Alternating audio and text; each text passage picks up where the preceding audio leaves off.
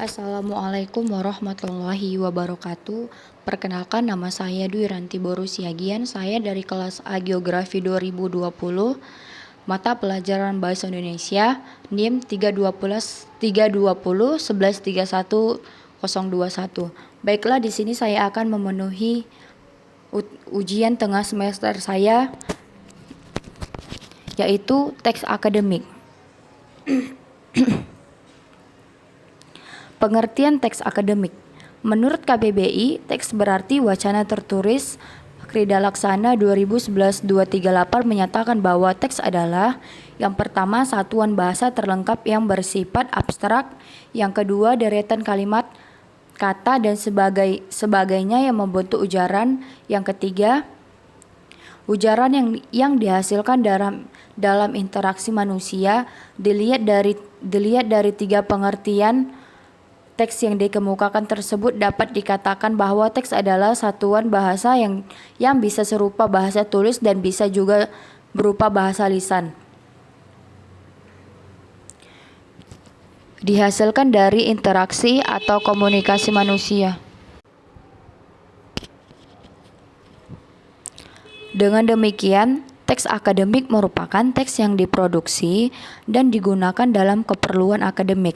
Teks akademik atau teks ilmiah dapat berwujud dalam berbagai jenis, misalnya buku, ulasan buku, proposal, penelitian, laporan penelitian, laporan praktikum, dan artikel ilmiah.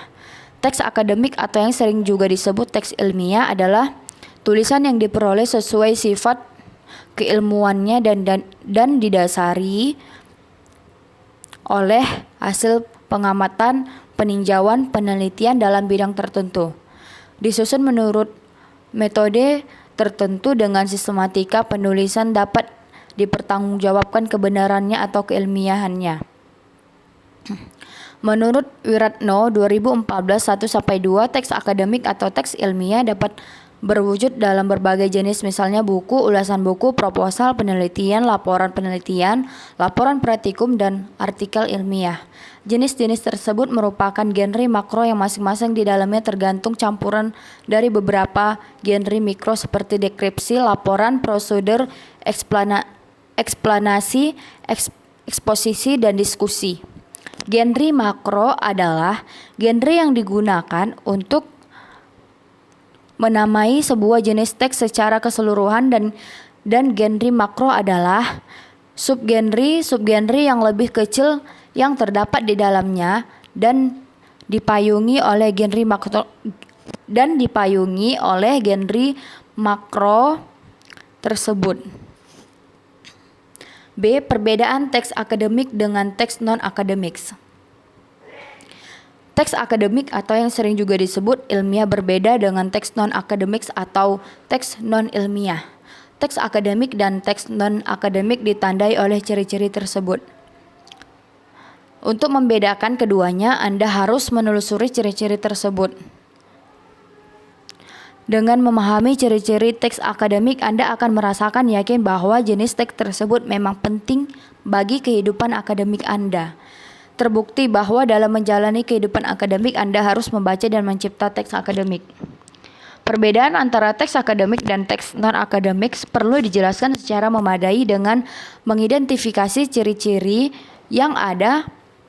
Pendapat tentang teks akademik yang berkembang selama ini adalah bahwa teks akademik mempunyai ciri-ciri antara lain sederhana, padat, objektif, dan logis. Atau lihat misalnya Sudaryanto 1996,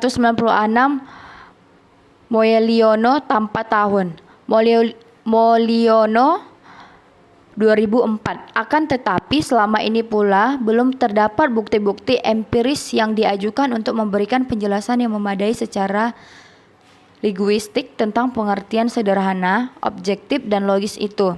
Wiranto 2012. Akibatnya ciri-ciri tersebut biasanya hanya dipahami secara naluri tanpa didasarkan pada data atau teori tertentu. Anda sebagai insan akademik tentu harus dapat menjelaskan hal itu secara akademik berdasarkan argumen yang kuat. Pengeksplorasian ciri-ciri keilmuan pada teks akademik menjadi penting karena teks akademik merupakan dimensi tersendiri apabila dibandingkan dengan jenis-jenis teks yang lain.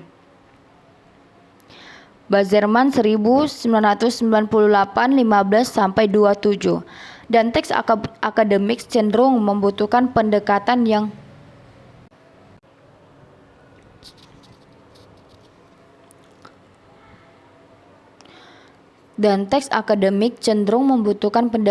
berbeda untuk memahamkan isinya kepada target pembaca atau Martin dan Phil Edge 1998-31. Teks akademik dihasilkan harus memperhatikan ada tidaknya pembangunan kalimat minor. Kalimat minor adalah kalimat yang tidak lengkap. Kalimat minor berkekurangan salah satu dari unsur pengisi subjek atau finite.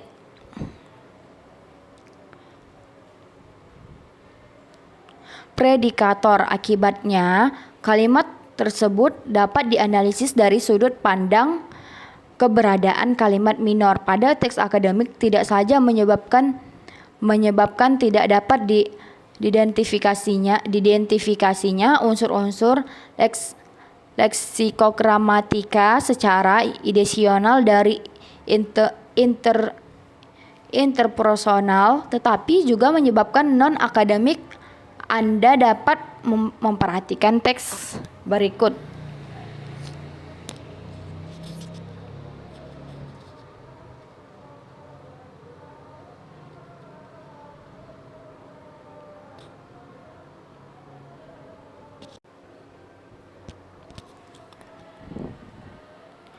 Kalau dinilai berdasarkan informasi tentang teks akademik yang telah dipaparkan di atas, yang mana di antara ketiga teks itu yang lebih cenderung ke dalam teks akademik dan yang mana yang lebih cenderung dalam jenis teks non-akademik? Berkaitan dengan hal itu perlu diketahui hal-hal berikut ini. Pertama, di dalam teks non-akademik banyak digunakan kata kita sebagai subjek kalimat, sedangkan di dalam teks akademik penggunaannya dihindarkan. Kedua, untuk menyatukan proses pada teks akademik digunakan nomina, sedangkan pada teks non-akademik cenderung menggunakan verba. Karena itu, dalam menulis teks akademik, pemakai bahasa seyogianya selalu berusaha menggunakan nomina dalam menyatakan proses itu. Misalnya verba nomina bertujuan tujuan, menelaah telaah, bercakap-cakap percakapan, berkomunikasi komunikasi, menggunakan atau digunakan penggunaan. Nominalisasi digunakan dalam penulisan teks akademik untuk memadatkan informasi. Prinsipnya adalah mengubah kata kerja menjadi bentuk nomina atau kata benda. Contohnya yang terdapat dalam kalimat, oleh karena itu sumbangan wanita terhadap kelangsungan keluarga besar sekali. Nomina, sumbangan, dan kelangsungan adalah hasil nominalisasi. Ketiga, dalam penulisan teks akademik, bentuk pasif dimanfaatkan untuk menghilangkan pelaku manusia sebagai unsur kalimat yang berperan sebagai subjek. Dijadikan pokok persoalan yang dibicarakan di dalam teks dengan menganggap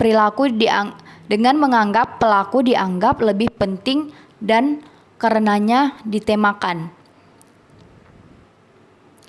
Pemilihan tema seperti ini sangat diperlukan karena teks akademik tidak membahas para pelaku, tetapi membahas pokok-pokok persoalan tertentu yang disajikan di dalamnya.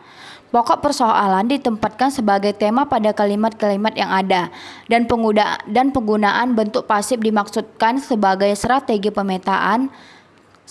pemetaan tema tersebut. Contohnya, studi tentang lintas bahasa atau budaya sangat diperlukan.